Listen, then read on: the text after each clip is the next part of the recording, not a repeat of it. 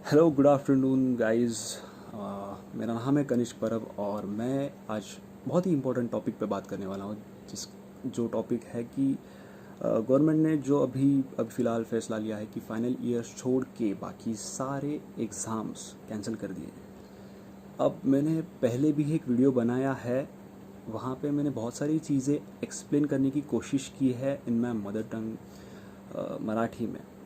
तो बहुत लोगों को लैंग्वेज बैरियर की वजह से वो वीडियो समझ में नहीं आई, या फिर कुछ लोगों को पल्ले पड़ी, कुछ लोगों के पल्ले नहीं पड़ी। तो अब ये वीडियो मैं उसका ट्रांसलेशन तो नहीं कर रहा, क्योंकि लिए अब जो मैंने एक्सप्लेन किया है वो मैं एक शॉर्ट में समझाना चाहता हूँ। और इस वीडियो में मैं सिर्फ प्रॉब्लम्स नहीं बताना चाहता, क्योंकि अगर हम सिर्फ प्रॉब्लम्स के बारे में बात करेंगे तो अगर मतलब एक फाइनल ईयर स्टूडेंट होने के नाते वो बहुत ही गलत है। क्योंकि लिए हम सिर्फ अपनी प्रॉब्लम की रट लगा के रखेंगे और उसके ऊपर ओवरकम नहीं करेंगे, बस सिर्फ एग्ज़ाम कैंसिल करनी है, सिर्फ एग्ज़ाम कैंसिल करनी है। सो हम ऐसा कह सकते, लोग हमें शायद भगोड़े कह सकते हैं।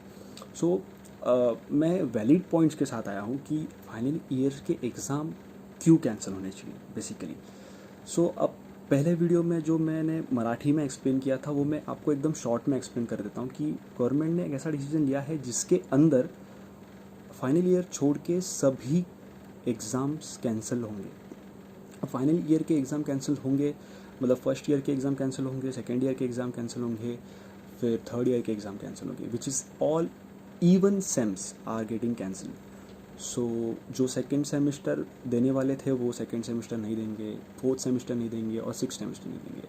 Again by the way, I am from B and I am studying mechanical engineering. So अभी मैं फ़िलहाल एट्थ सेमेस्टर में हूँ।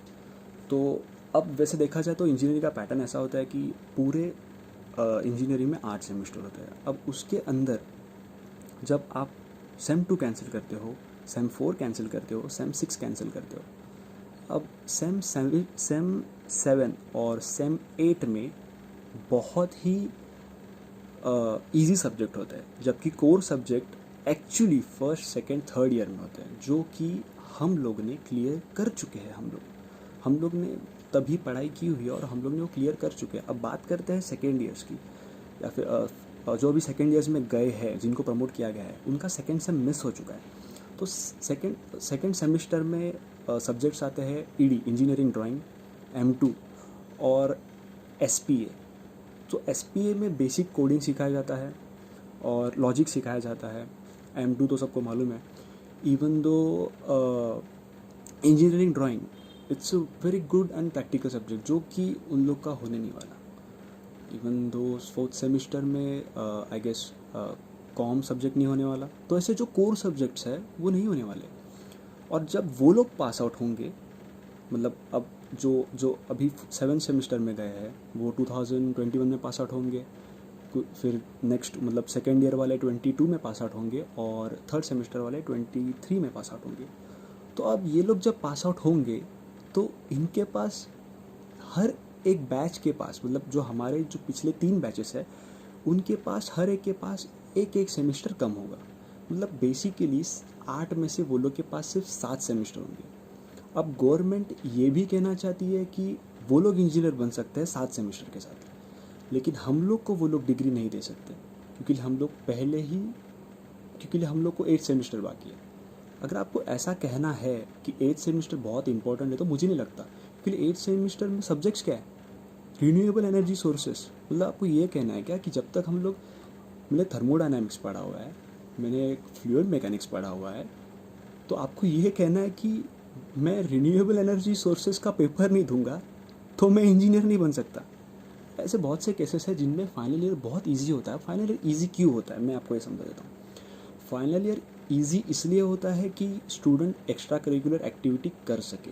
अब जबकि हम लोग ने यूनिट टेस्ट 1 दे चुके हैं ऑलरेडी, प्रोजेक्ट्स PDF के फॉर्म में सबमिट हो चुके हैं कॉलेजेस में, कुछ लोगों के मॉडल्स रेडी है और कुछ लोगों के नहीं है। तो ऐसे टाइम पे आप फर्स्ट और अगर देखा जाए तो हर एक सेम इंजीनियरिंग में इंपॉर्टेंट होता है। अब ऐसे नहीं होता बच्चों जैसा कि first standard, second, third, fourth, fifth, फिर नाइन्थ, फिर टेंथ सबसे ज़्यादा इंपॉर्टेंट है, ऐसा नहीं होता। हर एक सेमेस्टर, हर एक सब्जेक्ट बहुत ही इंपॉर्टेंट होता है। तो अगर आपको इसका मतलब और एक्सप्लेनेशन चाहिए तो आप मेरी पुरानी वीडियो देख सकते हैं, तो हम इसके ऊपर और ज़्यादा बात नहीं करेंगे। तो मेरा पॉइंट सबको समझ में आ गए होंगे कि देखिए कि ऐसा नहीं चल सकता। हम लोग भी 7 सेमेस्टर क्लियर कर चुके, 7 सेमेस्टर तक आ चुके हैं, तो अब 8 सेमेस्टर के लिए हम लोग को क्यों रुका है, जबकि हम लोग लास्ट स्टेज पे है लाइफ के। अब हमें हमारा करियर करना है, कुछ लोगों को एमबीए करना है, कुछ लोगों को अब बहुत अलग अलग डिफरेंट स्ट्रीम चूज़ कर रहे हैं, कुछ लोग अपनी स्ट्रीम भी बदलना चाहते हैं। तो ऐसे टाइम पे अगर आप उनको सर्टिफिकेट नहीं दे रहे हो, या फिर कोरोना बढ़ रहा है या रुक रहा है, इसके ऊपर आप अगर उनकी वैलिडिटी या फिर उनको डिग्री देना चाहते हो, तो बहुत गलत बात है। दूसरी बात, ऐसा नहीं है कि हम लोग को एग्ज़ाम्स देने नहीं है भाई, 7 सेमेस्टर हम लोग दे चुके हैं, एक एग्ज़ाम देने में हम लोग को क्या जाने वाला है। तो मुझे नहीं लगता कि इट्स वर्थ। अब आते हैं मेरे पुराने वीडियो पे बहुत सारे कमेंट्स हैं, कुछ सजेशंस हैं। अब कुछ महारथी, मैं उनको महारथी इसलिए बोल रहा हूँ कि उनको एग्ज़ाम्स देनी है। अब वो लोग बोलते हैं कि आप तो 21 साल के हो चुके हो, आप 22 साल के हो चुके हो, क्या आपके ऊपर खुद का सेल्फ कंट्रोल नहीं है क्या? क्या आप एग्ज़ाम में स्ट्रेट एग्ज़ाम सेल में जाके बैठ नहीं सकते क्या? क्या आपको खुद के ऊपर कंट्रोल नहीं है क्या? तो मैं उन लोगों को एक चीज़ बताऊँ, वो लोग वो उन्होंने कमेंट भी किया है कि आप जापान में कैसे लोग शिस्त प्रिय है, जापान में कैसे लोग सेल्फ कंट्रोल्ड है। तो भैया आप जो बात कर रहे हो ना, वो आप बात कर रहे हो ऐसे ग्लोबल क्राइसिस में आप ट्रायल और एरर मेथड का इस्तेमाल कर रहे हो, जो कि बहुत गलत है। अब आपको ऐसा सच्ची लगता है कि इंडिया में इतने लोग स्वयं शिस्तपूर्ण है? मतलब आपको ऐसा लगता है कि उनमें वो बात है? अगर ऐसा होता तो मुझे नहीं लगता कि ट्रैफिक रूल्स वालों को अपनी फ़ीस बढ़ानी पड़ती। इंडिया जितना रूल्स बनाने के लिए फेमस है, उससे कहीं ज़्यादा इंडिया रूल तोड़ने के लिए है। आपको मैं बता दूं, पुलिस को तो 1 महीना लगा सबको लाठी चार्ज करके घर बैठो ये बोलने के लिए। अब कुछ लोग बोलते हैं कि नहीं आपको कुछ लोगों ने ऐसा भी, उन महारथियों ने ऐसा भी कमेंट किया कि भाई तुमको सब कवर करके एग्ज़ाम में जाना चाहिए, पूरा हाथ पैर कवर करके। मेरे भाई मैं ये कवर करूँगा, ये सब करूँगा तो मैं एग्ज़ाम में ध्यान कब दूँगा? वो कुछ कुछ लोग बोलते हैं कि नहीं हम बार बार सैनिटाइजर यूज़ कर सकते। क्या बोलना क्या है यार तुमको? मतलब आपको ऐसा बोलना है क्या कि यार एक एक क्वेश्चन का आंसर लिखूँ सैनिटाइजर यूज़ करूँ, एक क्वेश्चन का आंसर पढ़ूँ लिखूँ सैनिटाइजर यूज़ करूँ? अच्छा ठीक है, मैंने लास्ट टाइम एक एग्जांपल दिया था कि अगर मेरा पेन भी नीचे गिर जाए तो मैं सोचूंगा ये उठाओ कि नहीं उठाओ। अब पेन छोड़ो, समझो मेरा आंसर शीट ही नीचे गिर जाएगा तो कितना, मतलब मैं सोचूं यार ये आंसर शीट उठाओ कि नहीं उठाओ। तो ऐसी सारी चीज़ें हैं। अगर मैं सब्ज़ी लेने भी बाहर जाता हूँ, मेरी माँ मुझे बाहर बेचती है, तो मैं हफ्ते में 1 बार जाता हूँ बाहर, वो भी बहुत लंबी लाइन में लग के 1-1 2-2 मीटर का डिस्टेंस रख के। तो आप मुझे हर दिन एग्ज़ाम देने बुला रहे हो। अच्छा ठीक है, आपने एग्ज़ाम देने के लिए बुला, कुछ महारथी ऐसा भी बोल दिए हैं कमेंट सेक्शन में कि लोग जो है वो लोग ने ऐसा करना चाहिए कि स्पेशल ट्रेन छोड़ने चाहिए स्टूडेंट लोग के लिए। तो मैं उन लोगों के लिए बताना चाहता हूँ, मेरे भाई अभी तक वर्कर्स लोग हैं ना अपने घर नहीं पहुँच पाए। अपना गवर्नमेंट इतना तेज़ी से काम कर रहा है कि वर्कर्स लोग भी घर पहुँच नहीं पाए हैं अभी तक। उनकी अभी तक सोई नहीं हुई है, उनकी अभी तक मदद नहीं हुई है। आपके लिए स्पेशल ट्रेन। और मैं एक बात बताना चाहता हूँ कि अगर स्पेशल ट्रेन होगी तो स्पेशल टाइम भी होगा। अगर स्पेशल टाइम होगा तो उसके लिए स्पेशल गर्दी भी होगी, और यही तो हमें नहीं करना। आप बात को समझ रहे हो? दूसरी बात, 2 लोगों ने मुझे बताया कि कॉलेज में हम खुद की, ठीक है चलो मैं मान लेता हूँ खुद की केयर भी कर ली, तो आप कभी कॉलेज में पेपर देने के बाद पेपर डिस्कशन नहीं करते? दोस्त मिलेंगे, बहुत से लोग हैं जिनको खुद के ऊपर कंट्रोल नहीं रहेगा, वो अपना पेपर डिस्कशन करेंगे, तो हर एक कॉलेज के बाहर पुलिस की टोली लगानी पड़ेगी, मतलब पुलिस लोगों को लगाना पड़ेगा ज़बरदस्ती, उनको ये बताने के लिए कि बस करो भाई अब अपने घर पे जाओ। तो ये मैनेजमेंट वहाँ पे लगेगा, इस लेवल का मैनेजमेंट लगेगा। और आपको एक बेसिक रूल बता दूँ कॉलेज का, कॉलेज डेज का रूल्स ऐसा होते हैं कि जब तक आप कॉलेज के कंपाउंड में हो तब तक जिम्मेदारी कॉलेजेस की है। Once you go out of the college gate, उनकी जिम्मेदारी नहीं होती। तो अगर आपको कुछ हो भी जाता है तो कॉलेज उसकी जिम्मेदारी नहीं लेगा। हमने पिछले वीडियो में भी कहा कि कॉलेज के टॉयलेट साफ़ नहीं होते कॉलेज के, कुछ टॉयलेट्स होते हैं साफ़, मैं ये एग्री करता हूँ, और कुछ लोगों के नहीं होते। इवन दो कॉलेज के टीचर्स है, स्टाफ है, उनको भी शायद हो सकता है। और मैंने जैसे कि पहले वीडियो में बोला था कि एक टाइम पे 600 लोग अंदर जाएंगे, उनको कंट्रोल करना पड़ेगा। अब दूसरी बात ये है कि फाइनल ईयर के स्टूडेंट कुछ लोग मुझे ऐसा बोल रहे हैं कि यार अगर ये सेमेस्टर नहीं देंगे तो हमारे डिग्री की वैल्यू कम हो जाएगी। यार मैं तो ऐसा नहीं सोचता डिग्री की वैल्यू, मतलब मैं उनसे ये सवाल पूछना चाहता हूँ जो लोग ऐसा, या फिर मैनेजमेंट के भी लोग अगर ये वीडियो देख रहे हैं और आपको ऐसा लगता है कि ये एग्ज़ाम ना देने के कारण हमारी डिग्री की वैल्यू कम होगी, तो मैं आपको बता दूं कि आपने जो पिछले 7 सेमेस्टर दिए हुए हैं वो तो टोटल वेस्ट हो गए। इसका मतलब आपके पास ये फाइनल एग्ज़ाम के अलावा कोई नॉलेज है ही नहीं। बहुत से कॉलेज ने अपना पोर्शन कंप्लीट कर चुके हैं। तो मुझे नहीं लगता कि अब एक छोटा सा 3 घंटे के पेपर के लिए हमारी डिग्री रुकानी चाहिए, क्योंकि eventually next 4 batches are going to be 7 same engineers. तो अब बात करते हैं कि मतलब डिग्री की वैल्यू कम नहीं होगी। अब क्यों कम नहीं होगी? तो आपको ऐसा लगता है क्या कि कोई कंपनी आएगी और कंपनी बोलेगी कि नहीं भाई तू तो 7 ही सेमेस्टर दिया हुआ है, हम तुम्हें जॉब नहीं देंगे? अगर ऐसा है, अगर आप ऐसा सोचते हो तो मेरी बात एक याद रखो कि अगले 3 साल जितने भी इंजीनियर्स निकलने वाले उनको जॉब नहीं लगेगी। अगर ऐसा है तो ऐसा नहीं होने वाला, हर एक कंपनी को मालूम है। It's a global crisis. आप बात को क्यों नहीं समझ रहे? दुनिया पे संकट आ गया है तो क्या आपका वो एक सेमेस्टर कंपनी कंसिडर नहीं करेगी? अगर ऐसी कंपनी अगर है तो मुझे वो कंपनी में काम भी नहीं करना यार। कंपनी आपका टैलेंट देखती है। मुझे बताओ, मतलब जो अभी पास आउट हुए हैं, मैं उनसे एक सवाल पूछना चाहता हूँ, क्या आपको कभी पिछले 8 सेमेस्टर में से जब आप इंटरव्यू दिए हो, या फिर बहुत लोगों ने अभी भी, मेरे जो दोस्त हैं उन लोगों ने 7 सेमेस्टर में इंटरव्यूज़ दिए हैं, क्या उनको एक्चुअली जो उन्होंने पढ़ा है उसके ऊपर कभी कंपनी ने क्वेश्चन किया है? नहीं किया। तो ये जो सारी चीज़ें हैं वो हमें बदलनी चाहिए। अब मैं कंप्लेंट छोड़ो, और एग्ज़ाम तो लेने तो नहीं चाहिए, मैं तो इसके बहुत खिलाफ हूँ कि एग्ज़ाम नहीं लेनी चाहिए। It's huge risk.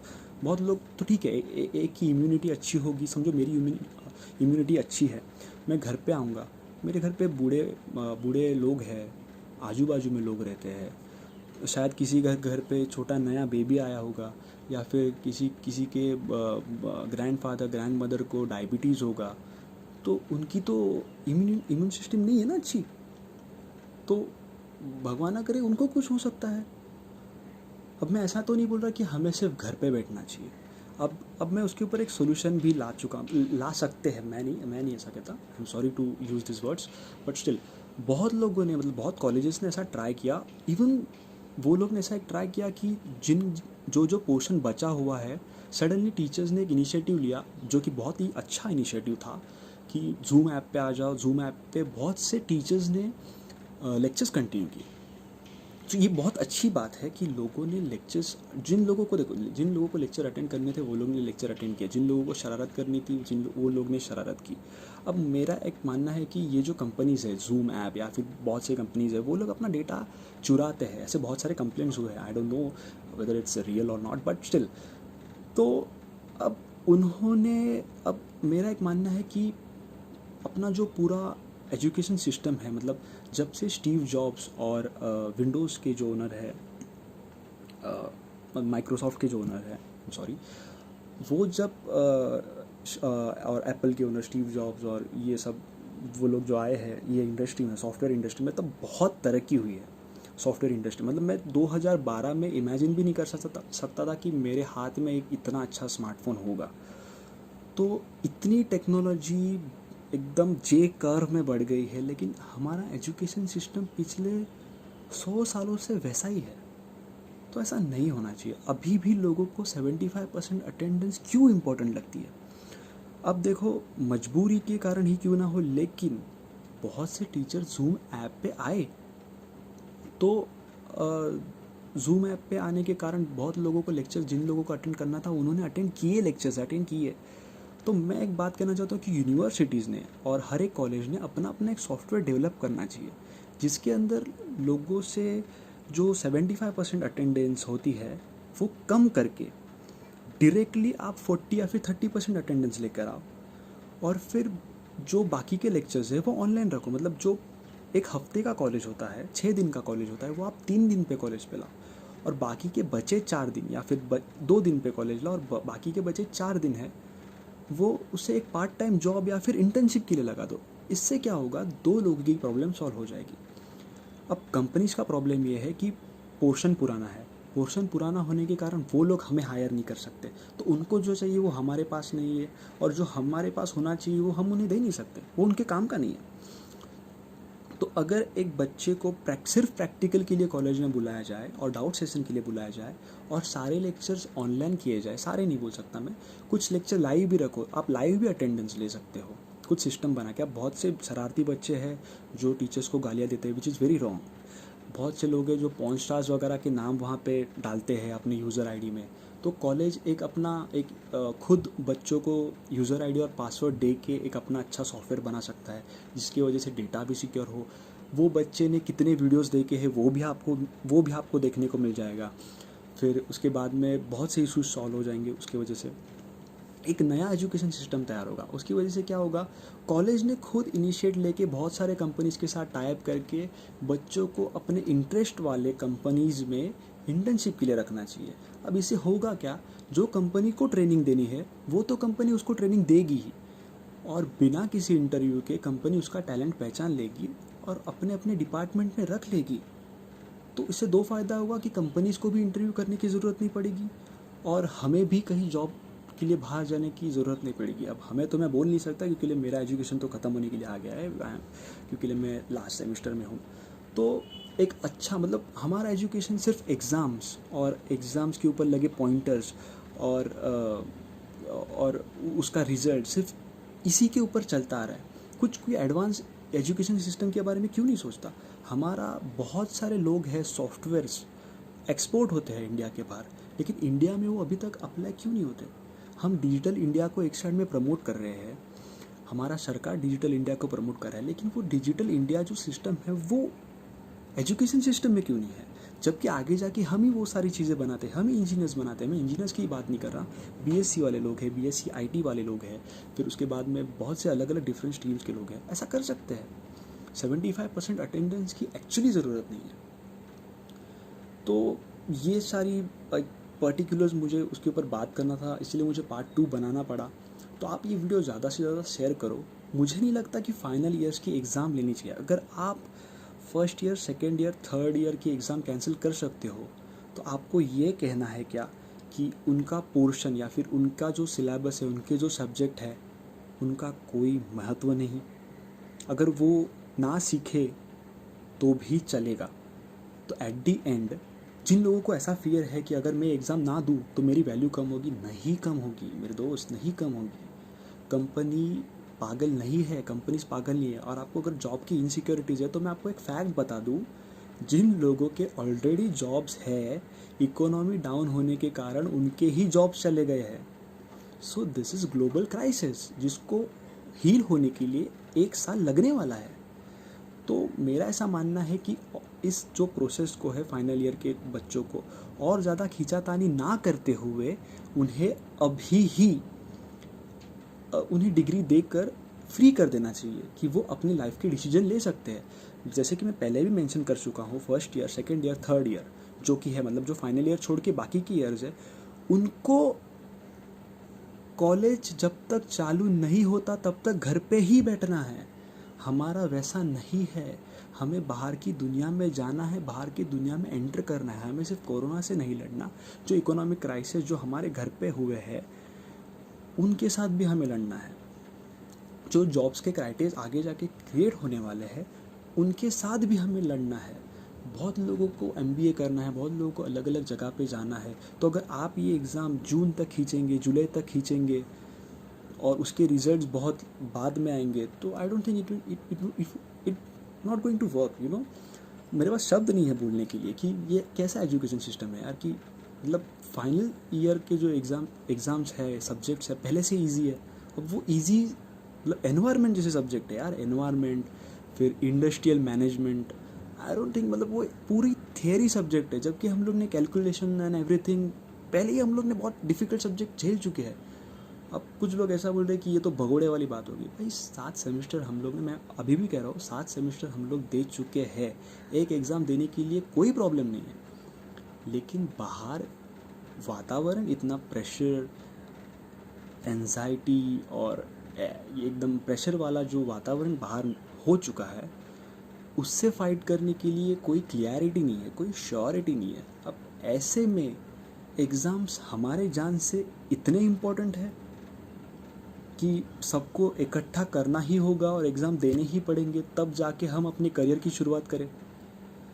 तो इसके ऊपर गवर्नमेंट ने और सरकार ने बहुत अच्छी तरीके से देना चाहिए। जहाँ तक हाँ, मुझे बहुत लोगों ने केटी वालों ने भी डीएम किया और केटी वालों ने भी कमेंट्स किया, तो केटी वालों के लिए क्या सॉल्यूशन है मैं उसके ऊपर सोच नहीं पाया हूँ। अगर आपको लगता है कि केटी वालों के साथ क्या करना चाहिए, जिनको अभी भी करंट लाइव केटी, मैं डेड केटीज़ की बात नहीं कर रहा, लाइव केटी जिनको अभी भी है, उनके लिए क्या सॉल्यूशन है, आप कमेंट सेक्शन में डाल सकते हो। और ये वीडियो आप जितना ज़्यादा स्प्रेड करोगे शायद अथॉरिटी तक पहुँचे और हमारी जो मांग है वो पूरी करे तो बहुत ही अच्छा होगा। फाइनल ईयर स्टूडेंट्स के एग्ज़ाम अगर कैंसिल कर दिए तो ये एक बहुत ही अच्छा निर्णय होगा, क्योंकि ये एग्ज़ाम ही सब कुछ नहीं होती लाइफ में।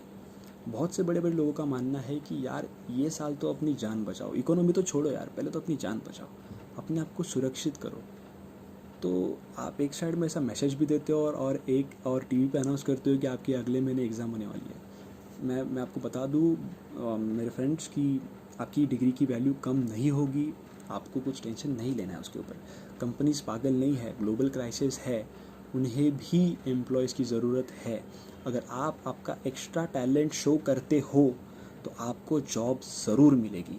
अब इस एक्स्ट्रा टाइम में अगर आप नेटफ्लिक्स एंड चिल करोगे तो मुझे नहीं लगता कोई आप कंपनी कोई हायर करेगी। अब ये जो टाइम आपको एक्स्ट्रा मिला हुआ है फाइनल ईयर्स वालों को, जो दिल खोल के डिग्री मांग रहे हैं कि एग्ज़ाम कैंसिल करो, we are ready to enter in the market, तो मेरे भाई आप नेटफ्लिक्स और ये सब बाकी चीज़ें हैं ये मत करो, कोई एक्स्ट्रा क्लासेस करो, ऑनलाइन कोर्सेज करो, सर्टिफिकेट जमा करो, अपने आप को काबिल बनाओ, ताकि आप जस्टिफाई कर सको कि भाई हाँ ये एग्ज़ाम बिना दिए भी मैं अच्छा इंजीनियर बन सकता हूँ, अच्छा बीएससी आईटी होल्डर बन सकता हूँ, अच्छा BSc in chemistry in physics बन सकता हूँ।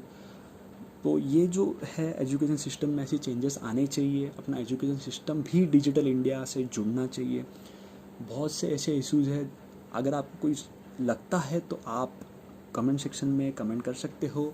ये वीडियो ज़्यादा से ज़्यादा शेयर करो। आई नो बहुत लंबी बनी है वीडियो, लेकिन बोलना बहुत ज़रूरी है। मैं अगेन कहता हूँ, मैं अगेन रिक्वेस्ट करता हूँ कि फाइनल ईयर्स के एग्ज़ाम्स कैंसिल किए जाए। Thank you so much for watching. Thank you so much for listening to me, and thank you so much for giving good response on my last video. It's a very raw video, मतलब मैंने सोचा भी नहीं था कि इतना अच्छा response आएगा. Thank you so much. ये भी वीडियो रॉ है, इसके अंदर कोई एडिटिंग नहीं है.